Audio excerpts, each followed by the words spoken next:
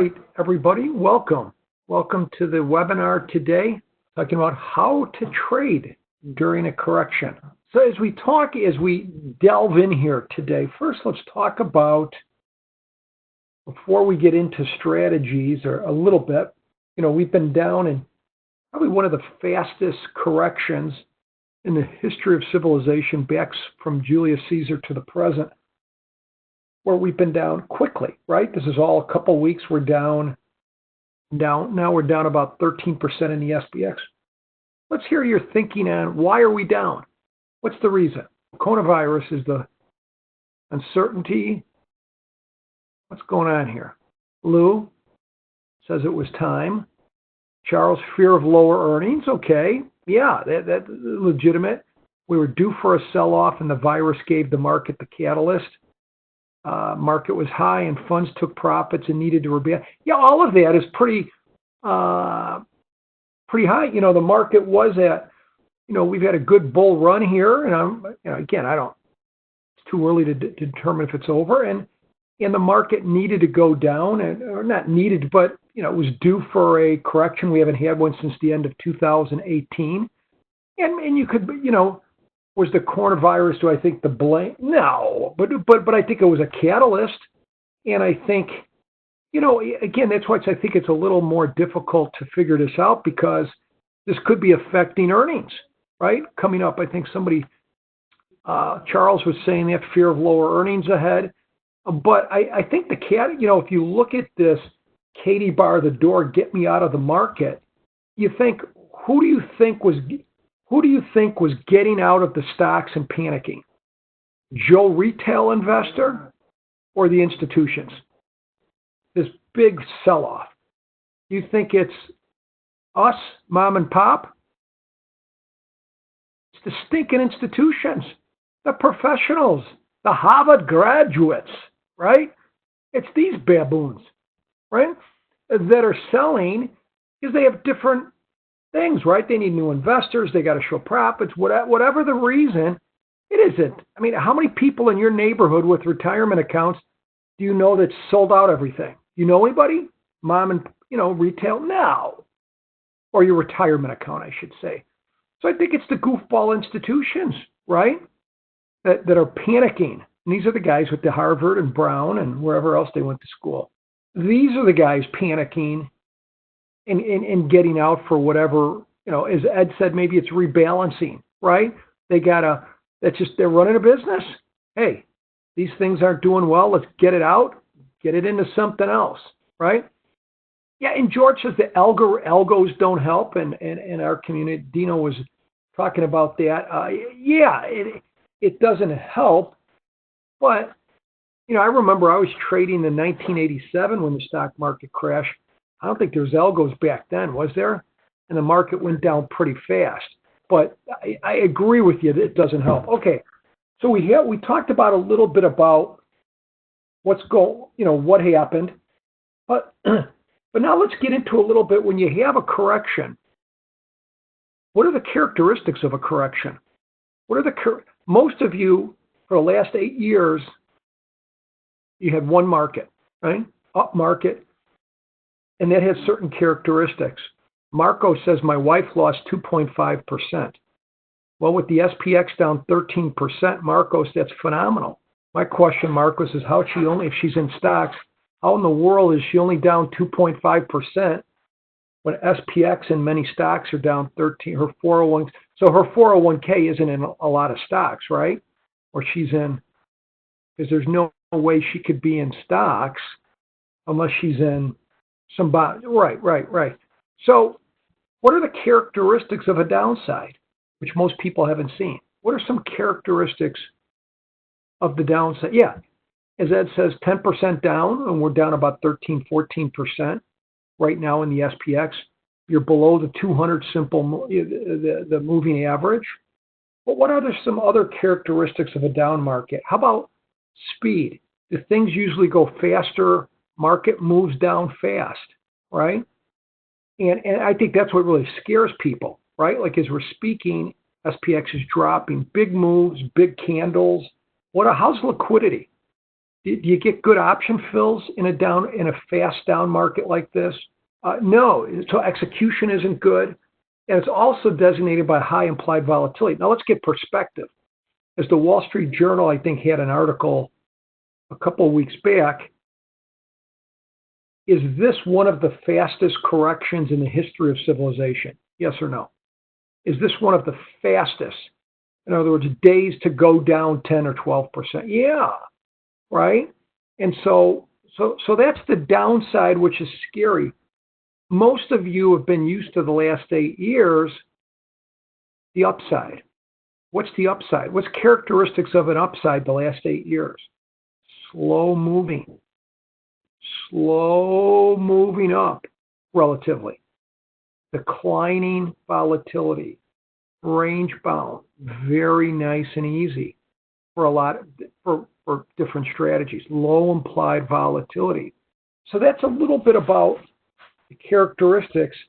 And so if someone's coming into the market, what should they do? What do you think? What should somebody do? They come in, what should they be doing? What do you think people should be doing with options? What do you guys think? Play golf, selling something, right? Just selling the rally. Okay. So we have one comment selling them, one comment selling the rally. Any other comments? What people should be doing? Neutral, call, long diagonals, spec, long, foul, stay on sideline, vertical puts, longer time frames, sitting on my hands. Well, first thing is, so let's backtrack and say, okay, let's talk about, for a minute, how about a plan, right? Let's talk about a plan for a few minutes. Let's just say we're talking about a 100K portfolio. Let's try to put some thinking, just make sense of this a little bit. So I might break down a portfolio into different categories of trades. First of all, let's talk about, if we're making a plan, let's say a 100K portfolio. Let's take the first thing is, if we're talking trades, like when I asked, what are you guys doing? Everybody was yelling out something different. Agree? Directional, spec, everybody had a different thought. But where does it fit in options if you're running a business? So a long portfolio to me would be the view of an investor or a long-term person. So if you're a long-term, if your perspective is you think XYZ stock or the market will be up over the next 5 or 6 years, long-term, your retirement, your 401k, what are you thinking in this market environment? Tell me what you're thinking for that part of your portfolio with that hat. I'm not talking about spec. I'm not talking where the market's going to be in an hour. I'm not talking where the market's going to be Monday. I'm not talking about range-bound trades. I'm talking about like your retirement account, view of an investor. What are you thinking today? Give me some thoughts. What are you thinking? So we're hearing some strategies, covered calls, stay with cash, buy the dips with longer term options. Yeah, and I agree. But should we start with, let me ask you, on a 100K portfolio, right, if we were doing today, what part might you put into long portfolio? With SPX down about 14% as we speak in 2 weeks, if you're a long-term investor, let me ask you, are stocks a better buy now than they were 2 weeks ago or 3 weeks ago? Yes or no? Is the market a better buy for a long-term investor? Oh, it is. Okay. All right. So for a long portfolio, give you an example. 1 month ago in classes, I was talking about 20% in the long portfolio on a hypothetical 100K. Today, I'm starting to move up, right? Today, maybe 30%, I probably would be. It's still a little early, but 30 to 40%, I would be 30. Why would I have gone up over the last month in my allocation for covered rights, long stock, long leaps, bullish stuff? Why would I have gone over to long term? Why would I have gone up? Because if you're a long-term investor, shouldn't you like it when things are down a lot, right? It's not there's less risk. I think there's a lot of risk in the market. Do you see what I'm saying? It's if you're a long-term investor, was Apple a better buy a month ago or today?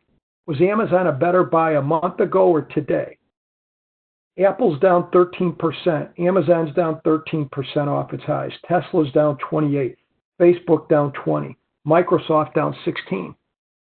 Well, if you liked Microsoft a month ago, should you like it when it's 16% lower? Yes or no? But what keeps us from liking Microsoft? Emotionally, fear. A month ago, if I said, hey, Eric or Homero, if Microsoft goes down 16%, would you like it for the long term? Oh, Dan, you don't know how much I'd like it.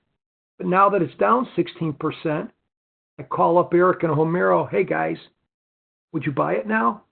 No! Why? Coronavirus! Right? We're going down more. It's going to go down 50%, 80%. They'll be giving it away free, right? So that's a tough thing to deal with, isn't it, emotionally? And so I think you have to have some type of plan. Maybe you scale into it, right? Maybe you buy a little bit now, a little bit if it goes down more, but you have to have a plan. Agree? Bill Gates is not going to call you up and say, hey guys, today's the low, right? So that's long-term part of the portfolio. The income part of the portfolio, range-bound stuff based on probabilities and decay, iron condors, calendars, and all those things. A month ago, we were 50%. Today, we're 10%. Right here on this day, when we went down, a couple indicators that we look at with the ATR and VIX got hit, and we've been out since then. Right? So income trades we've avoided. The stuff we normally do, we just have weather conditions of which we'll play, right? Just same as you have weather conditions of which you would surf in the ocean. If the waves get too high and there's lightning, you don't do it, right? If you're driving in Chicago, if it gets too many inches of snow, 15 inches of snow and ice, you're not driving, whatever. And so right around here, February 2021, our indicators in ATR, it just got these candles. ATR went over near the 30 level for us, and VIX hit about 18. And those are some of the indicators we look at. We've been out, right? So what are income trades that we call income trades? Income trades are range-bound trades based on probabilities and decay. What are examples of that? Iron condor, calendar, butterfly, double diagonal. Those are income trades, right? That would be in the income part of the portfolio. A long portfolio, which we just talked about, covered rights, cash secured put, long stock, long leaps, put credit spreads, long diagonals. Those are all long portfolio view of an investor, neutral to bullish. And then spec is, I have an opinion. I think volatility is going down next week. I think market's going down. I think market's going up. I think Apple's going down. I think Apple's going up. I think VIX is going to come down. I think that it's an opinion, over the next month or 2 weeks. And then, on this part of it, you can do anything, but it's an opinion. It's a little more directional. Does everybody Is that clear how we kind of look at this business? So we've kind of talked you from what's going on in the market, what are the characteristics of a downside, and then what is the three kind of that would make up the three parts of an options portfolio, kind of do some allocating, and then you kind of do it, right? Does that make sense to everybody? You kind of have a little big perspective where we're at. Yes, no, maybe so.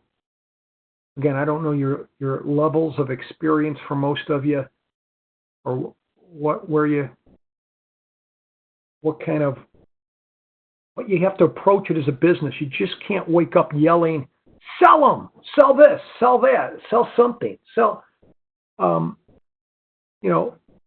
Were there plenty of opportunities to sell high volatility over the last week or two?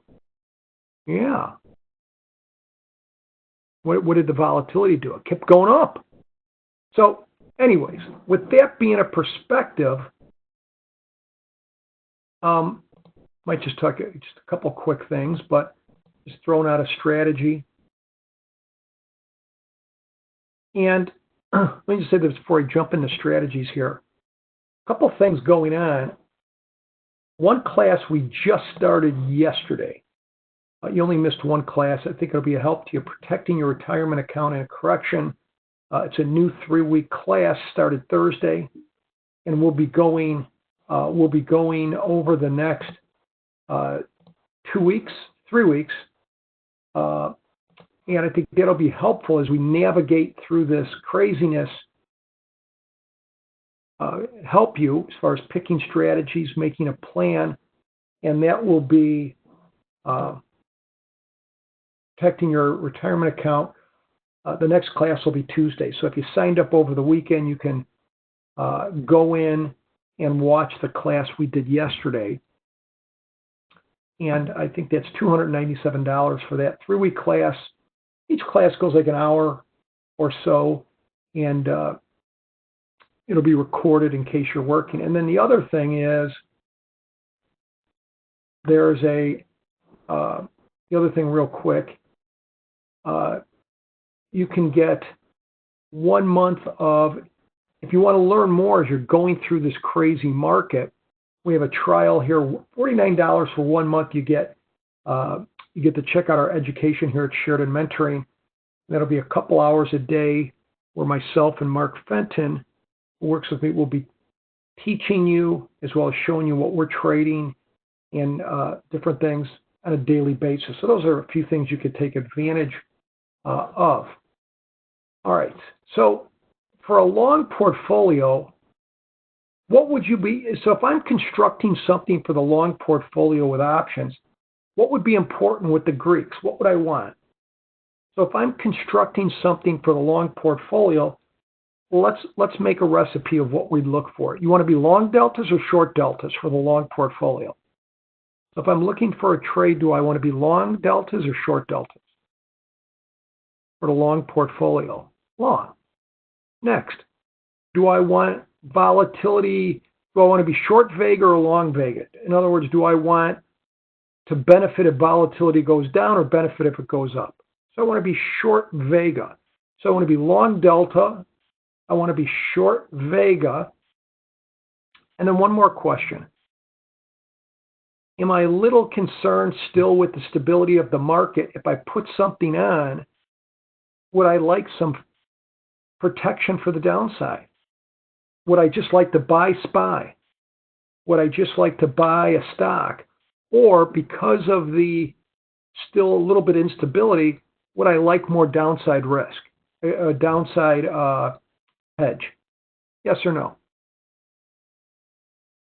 Would I want to go pure long deltas today, like 100 shares of SPY or 100 shares of Microsoft? Would be 100 deltas. If it goes up $1, I make 100.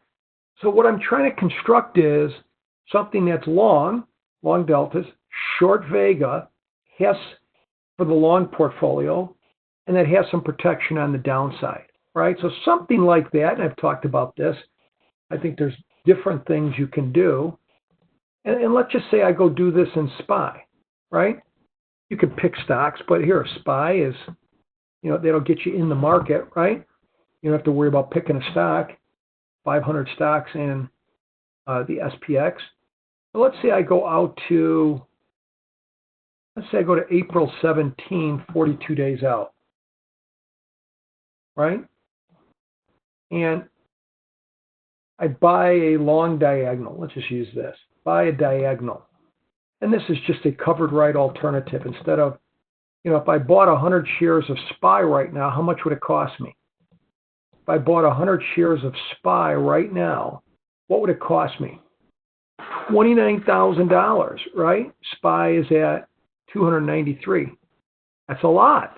You agree? It's a lot of cicadas. So instead of buying 100 shares of SPY, spending $29,000, can I buy an in-the-money option that'll be basically a surrogate for that? That'll basically make me, if you buy 100 shares of SPY, it goes up $1, you make $100 on 30,000.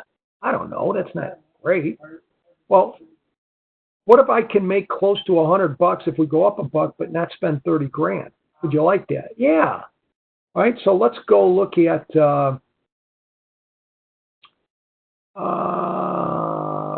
42. Let's see here. I'm going to go out to May 15. May 15 is 70 days. And May 15, I may buy like an 85 delta. If I go to May 15, 70 days out in SPY, if I buy an 85 delta, it's the 240 call. I'm going to buy the 240 call. Well, let me ask you a question.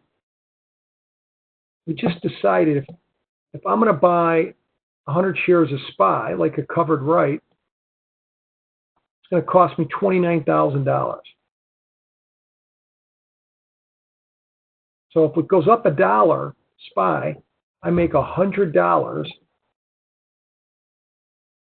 divided by 29,000. So here, if I'm going to buy an 85 delta, this is the bid and the ask. Would you agree it's going to cost about $58? Right? Marco says, why 85 delta? Why not 35 or 100? Well, Marcos, here's the question. What option is going to act like stock? 35 delta or 100? What type of option, if the stock goes up $1, will act like stock? Right? So here's an 85 delta, and you can see the bid is 57 and a quarter, the ask is 58. So everybody would agree it's costing about $58, which is $5,800. So I'd be paying $5,800 instead of $29,000. So now if we go up $1, I'm making $85 divided by 5,800. So here's the question.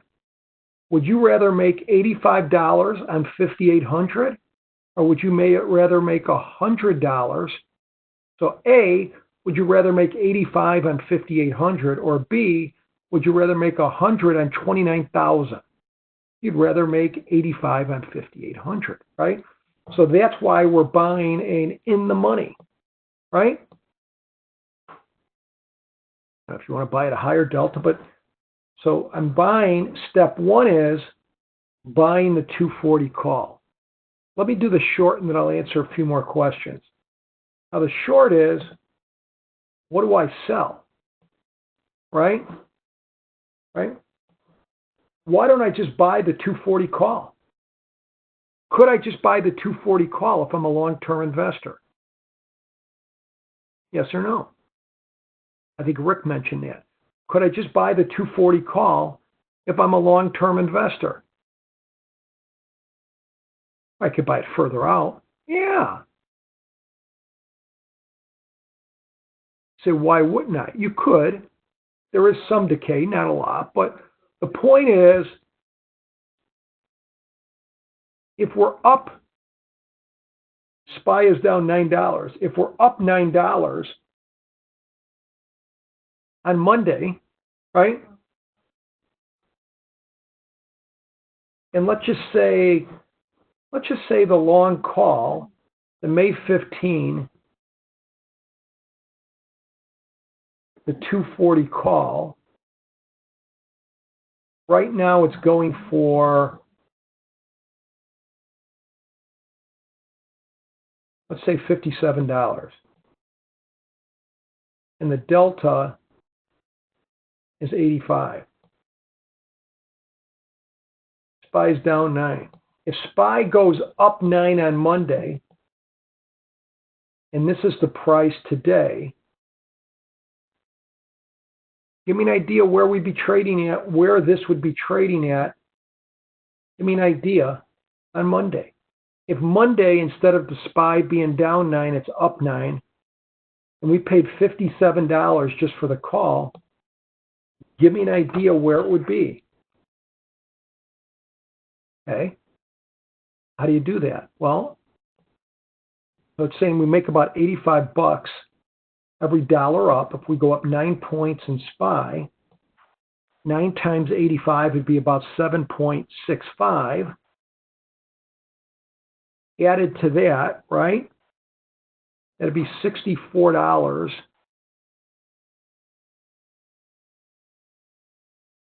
And thank you, John, 65 cents roughly.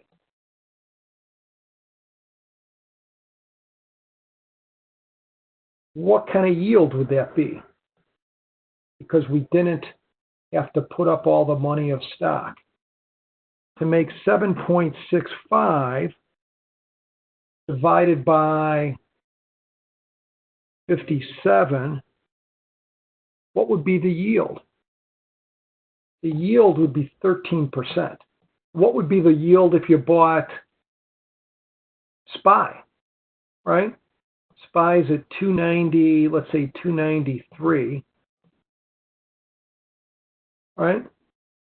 When you buy like stock, right, or an ETF or stock, the delta is like 100. So if SPY goes up 9 points, right, on Monday from 293, that'd be 302. What would be the yield? The yield would be 9 divided by 29,300. Is that even 1%? Wait, yeah, it would be 1 per, I'm sorry, 29,300. Yeah, 29,300 times 1%. Yeah. Yeah, it'd be a lot less. Does everybody agree? It'd be a lot less. It'd be a lot less money. Now, so, but as you see, as we're speaking, the last 5 minutes, is the market dropping more? As we're speaking, is the market dropping more? So how many of you would be comfortable just jumping in and buying SPY without any protection? Yes or no? How many would be comfortable just jumping in, yes or no, buying SPY without any protection? Some of you might. Again, if it's part of your long-term plan, you know, we're down 14, 15% so far off the highs, but you might want more protection. But if you're long-term, hey, SPX is a lot lower than it was. Now, obviously, with the reason we're going down is that there's a lot of uncertainty still, so it might be early with the coronavirus thing. So, what I would say is, so if you look at what call do we sell? So we're buying a call, right? We already said we're buying this 85 delta call, the 240, which is trading around $56, right? This 240 call around $56, $57. Can we get some protection on the downside? So if I go to the April 17, let's go see what we want to sell. How many of you have done covered rights in your lifetime? How many of you have done covered rights? Okay, well, so what do you sell? When you do a covered right, normally, not today, but normally, overall, what kind of call do you sell? At the money, out of the money, or in the money? You normally sell an out of the money call. But an out of the money call, let's say Delta 30, does that give you a lot of protection on the downside? Yes or no? Does that give you a lot of protection on the downside? So in a high volatility environment like this,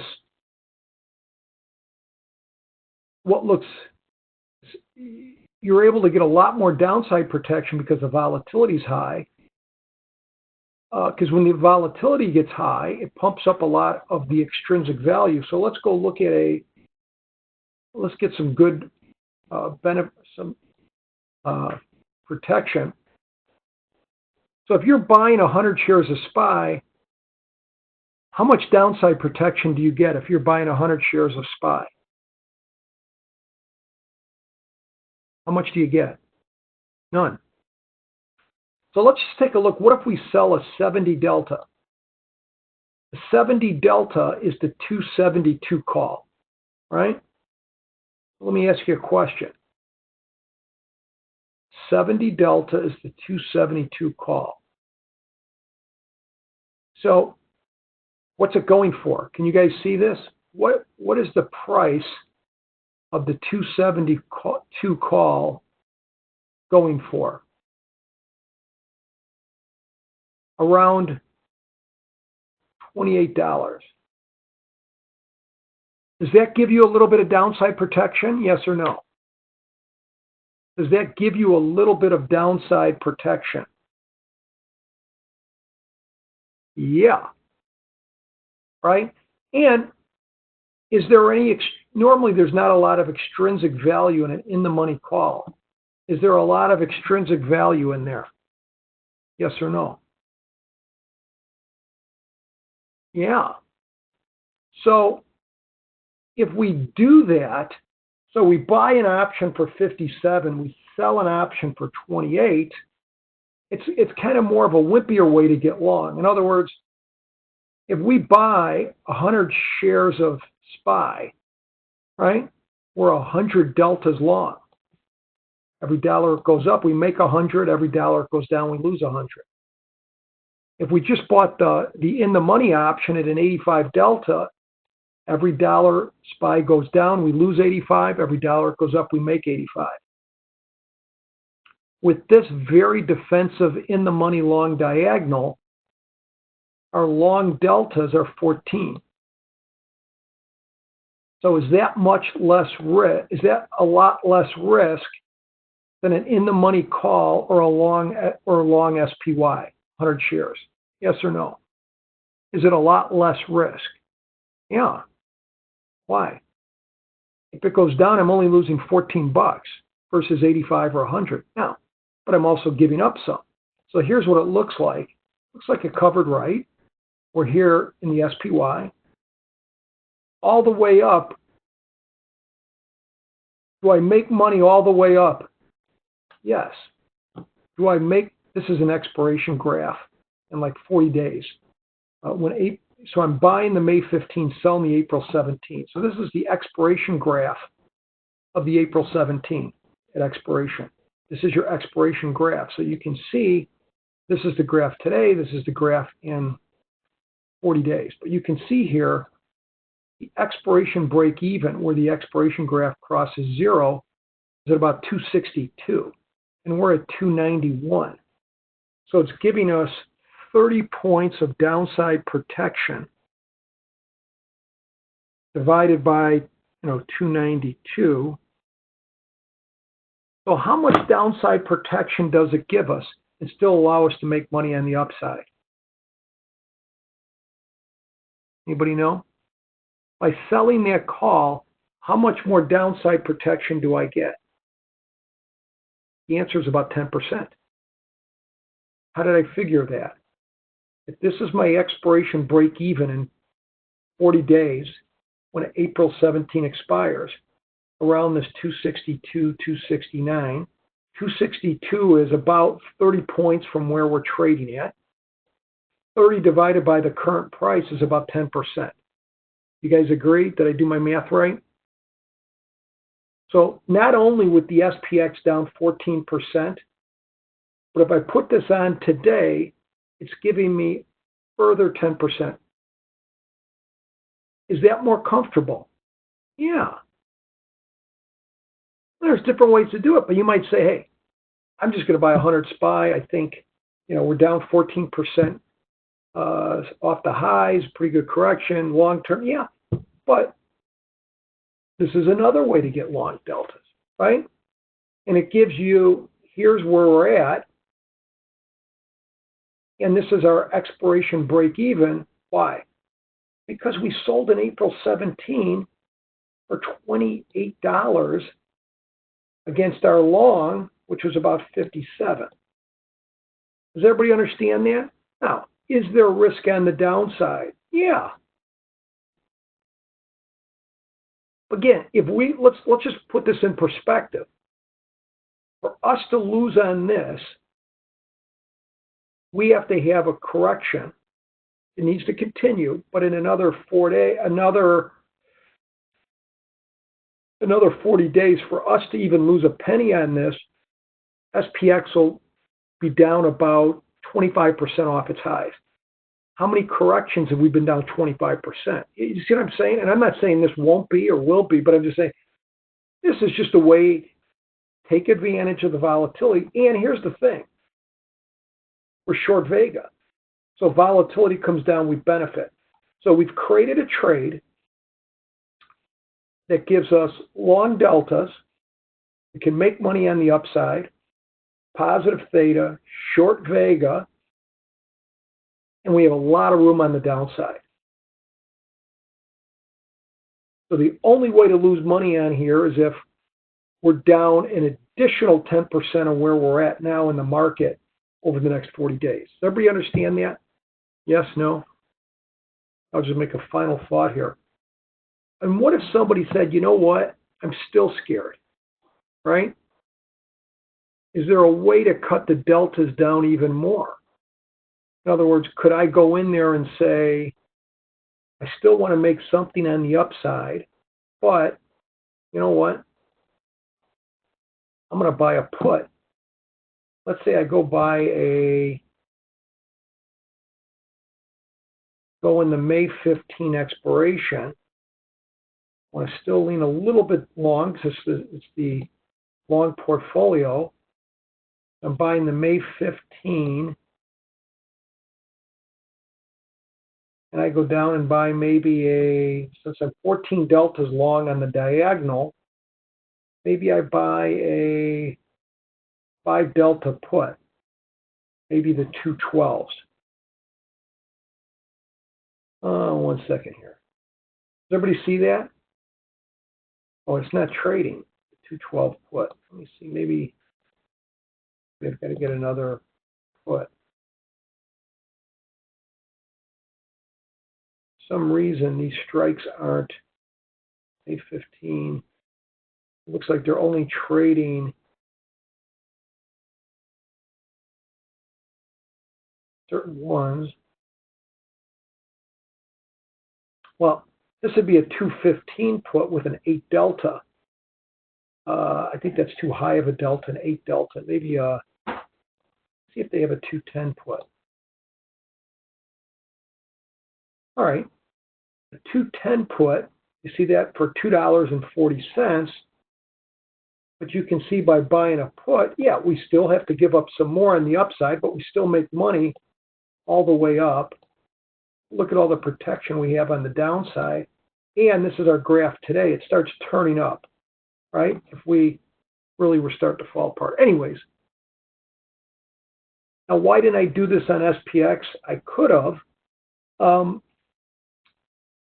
to give you a little cheaper example. Is playing with SPY going to be cheaper than playing with SPX? Yes. SPX is 10 times bigger than SPY. Anyways, just some thoughts in a turbulent market, a little bit of how to think of things. Defined risk. Again, risk management is key, right? Yeah, Vega became a little bit positive, but if we go up, it's still relatively low if you bought the put, right? Yeah, a little bit, which I'm not crazy about. So folks, I'd encourage you, again, the class we just started teaching yesterday, perfect time to come in. You could watch the one class you missed yesterday over the weekend, and you could be in there Tuesday as we battle the next 2 to 3 weeks on through this market together. I think you'll learn a lot. Or if you want to come in and just see what we're teaching on a daily basis, you can sign up for that trial. All right, folks, have a wonderful weekend, and we will see you next time. Thanks so much.